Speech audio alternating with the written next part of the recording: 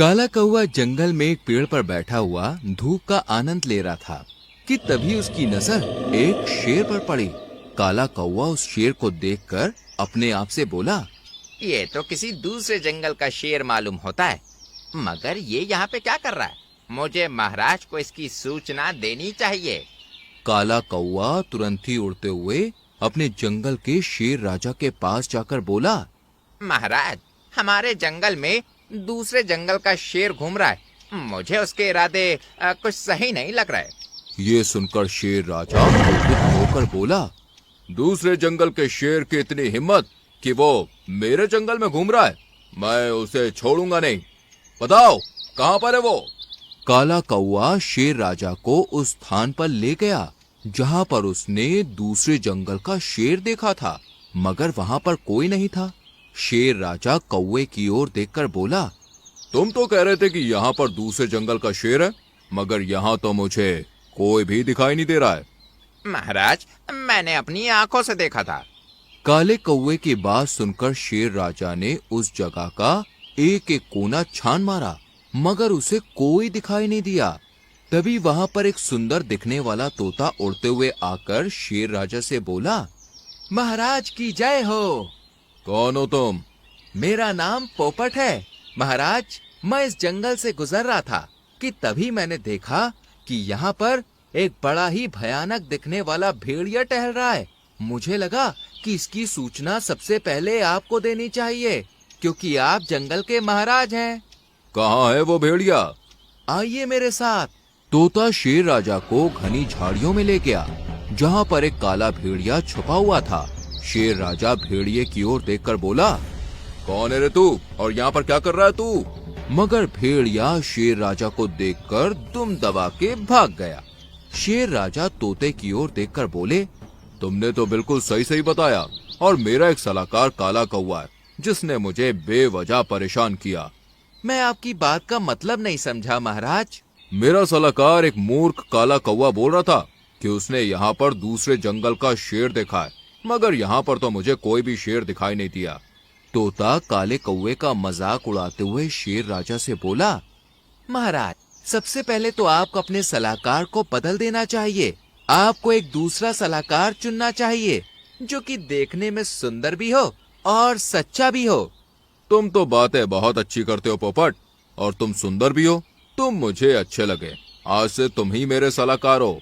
इतना बोलकर शेर राजा काले कौवे की ओर देखकर बोला, और सुनो काले कौवे, आइंदा मेरी गुफा के आसपास भटकने की कोशिश भी की तो तुम्हें जंगल से धक्के देकर बाहर निकाल दूंगा, समझे? इतना बोलकर शेर तोते से बोला, आज से तुम मेरे सलाहकार हो, इसलिए तुम्हें इस जंगल में खास सम्मान दिया जाएगा। शेर राजा तोते के साथ वहां से चला गया और काला कौवा बेचारा मुंह लटकाकर अपने घर पर चला गया और अपने घर के बाहर उदास बैठ गया। मीनू मौसी और रानू चिड़िया वहां से गुजर रही थी। काले कौवे को उदास देखकर वो दोनों काले कौवे के पास आ गईं। मीनू मौसी काले कौवे से बोली, क्या हुआ कौवे भाई, तुम उदास क्यों बैठे हुए हो? मीनू मौसी सही कह रही है कौवे भाई, तुम तो हमेशा हंसते गाते रहते थे और गुनगुनाते रहते थे और जंगल में हर जगह महाराज की तारीफ के गुणगान करते रहते थे। तुम्हें इस तरह से पहले उदास कभी नहीं देखा। काला कौवा मीनू मौसी और रानू चिड़िया को सारी घटना बताते हुए बोला, मेरी बात का विश्वास करो, मैंने अपनी आंखों से उस जगह पर किसी दूसरे शेर को देखा था, मगर महाराज ने मेरी बात पर विश्वास नहीं किया, बल्कि उस तोते की बात में आकर मुझे अपमानित भी किया और मुझे सलाहकार के पद से भी हटा दिया। मैंने महाराज की अब तक कितनी सेवा की, क्या मुझे महाराज की सेवा का ये फल मिलना चाहिए था? काले कौवे की बात सुनकर मीनू मौसी मुस्कुराती हुई बोली, कौवे भाई, अपना दिल छोटा मत करो। तुमने वो कहावत तो सुनी होगी, कर्म कर फल की इच्छा मत कर। मैं और रानू चिड़िया महाराज से बात करेंगे और उन्हें समझाने का प्रयास करेंगे। मीनू मौसी और रानू चिड़िया शेर राजा के पास पहुंच गईं। मीनू मौसी और रानू चिड़िया को देखकर पोपट तोता शेर राजा से बोला, महाराज, मेरी समझ में नहीं आता कि आप जंगल के शेर हैं या किसी चिड़िया घर के। तोते की बात सुनकर शेर राजा बुरी तरह से चौंकते हुए बोला, क्या हुआ पोपट, मुझसे कोई गलती हो गई क्या? तोता मीनू मौसी और रानू चिड़िया की ओर देखकर शेर राजा से बोला, जब मैं दूसरे जंगल में रहता था महाराज, तो मैंने देखा कि वहाँ के शेरों से शक्तिशाली जानवर मिलने के लिए आया करते थे और उनके सामने अपना सर झुकाया करते थे, मगर मैंने अभी तक आपकी गुफा में आपकी बराबरी का कोई भी आता हुआ नहीं देखा। अब आप ही बताइए कि इन मामूली चिड़िया का आपकी गुफा में क्या काम है? ये सुनकर रानू चिड़िया क्रोधित होकर बोली, अपनी हद में रहो आवारा तोते, तुम तो इस जंगल के भी नहीं हो। हमारे जंगल के महाराज और जंगल के राजाओं की तरह घमंडी नहीं है। वो सभी पक्षियों और प्राणी को बराबर का समझते हैं। यही बात तो मैं महाराज को समझाने का प्रयास कर रहा हूँ। क्या वह जंगल के महाराज हैं, इसलिए जंगल के छोटे मोटे प्राणी महाराज के बराबर नहीं हो सकते। पोपट तोते की बात सुनकर शेर राजा गहरी सोच में डूबते हुए बोला, ये तो तुमने बिल्कुल सही कहा, ये तो मैंने कभी सोचा ही नहीं। खैर, हम इस बारे में बाद में बात करेंगे। पहले हम इन पिद्दी चिड़ियों की खबर लेते हैं कि ये यहाँ पर क्यों आई हैं। शेर राजा के मुंह से ये शब्द सुनकर रानू चिड़िया क्रोधित होकर शेर राजा से बोली, महाराज, आपको दूसरे जंगल के पक्षियों की बातों में आकर अपने जंगल के पक्षियों का अपमान नहीं करना चाहिए। पूरे समय में अपने ही काम आते हैं। इस जैसे आवारा पोपट तोते तो मुंह छुपाकर भाग जाते हैं। रानू चिड़िया की बात सुनकर शेर राजा पूरी तरह से क्रोधित होते हुए बोला, यहाँ से निकल जाओ रानू चिड़िया, और साथ में इस मौसी को भी ले जाओ, नहीं तो लोग ये कहेंगे कि एक जंगल के राजा शेर ने मामूली चिड़िया को मार डाला। मेरी प्रजाति का नाम खराब हो जाएगा। निकल जाओ यहाँ से।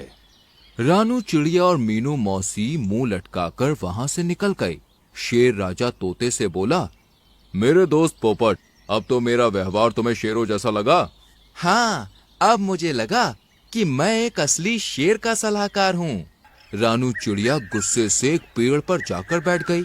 मीनू मौसी रानू चिड़िया से बोली, अपना दिल छोटा मत करो रानू। महाराज अपने आप को समझते क्या हैं?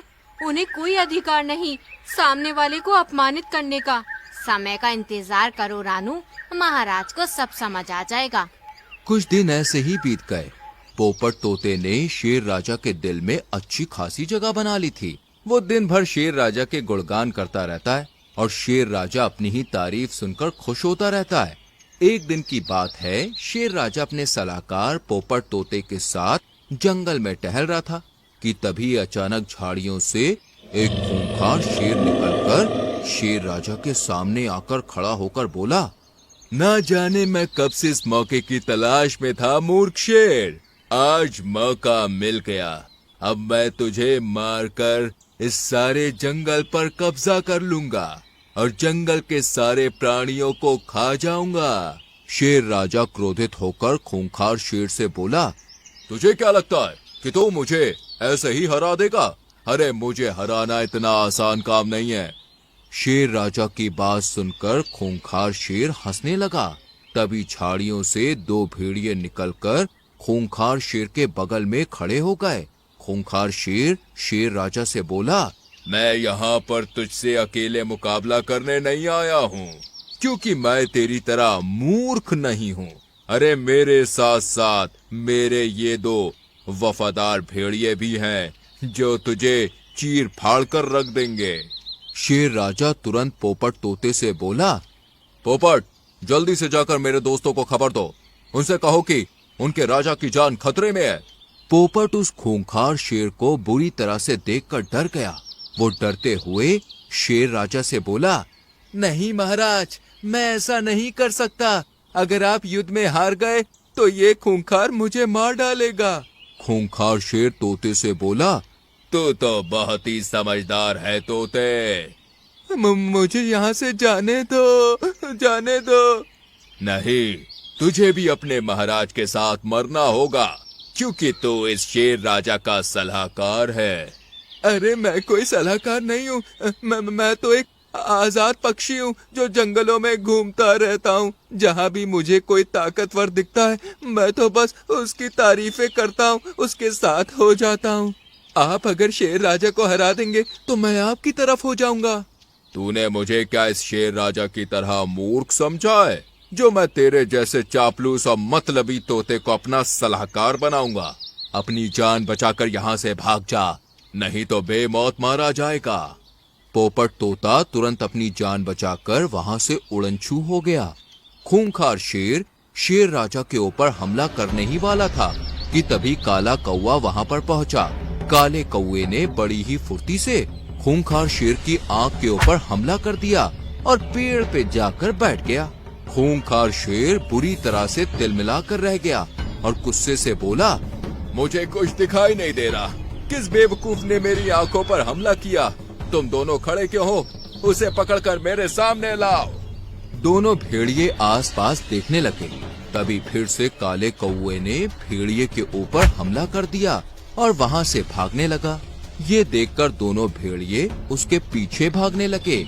काला कौवा दोनों भेड़ियों को जंगल में बहुत दूर ले गया।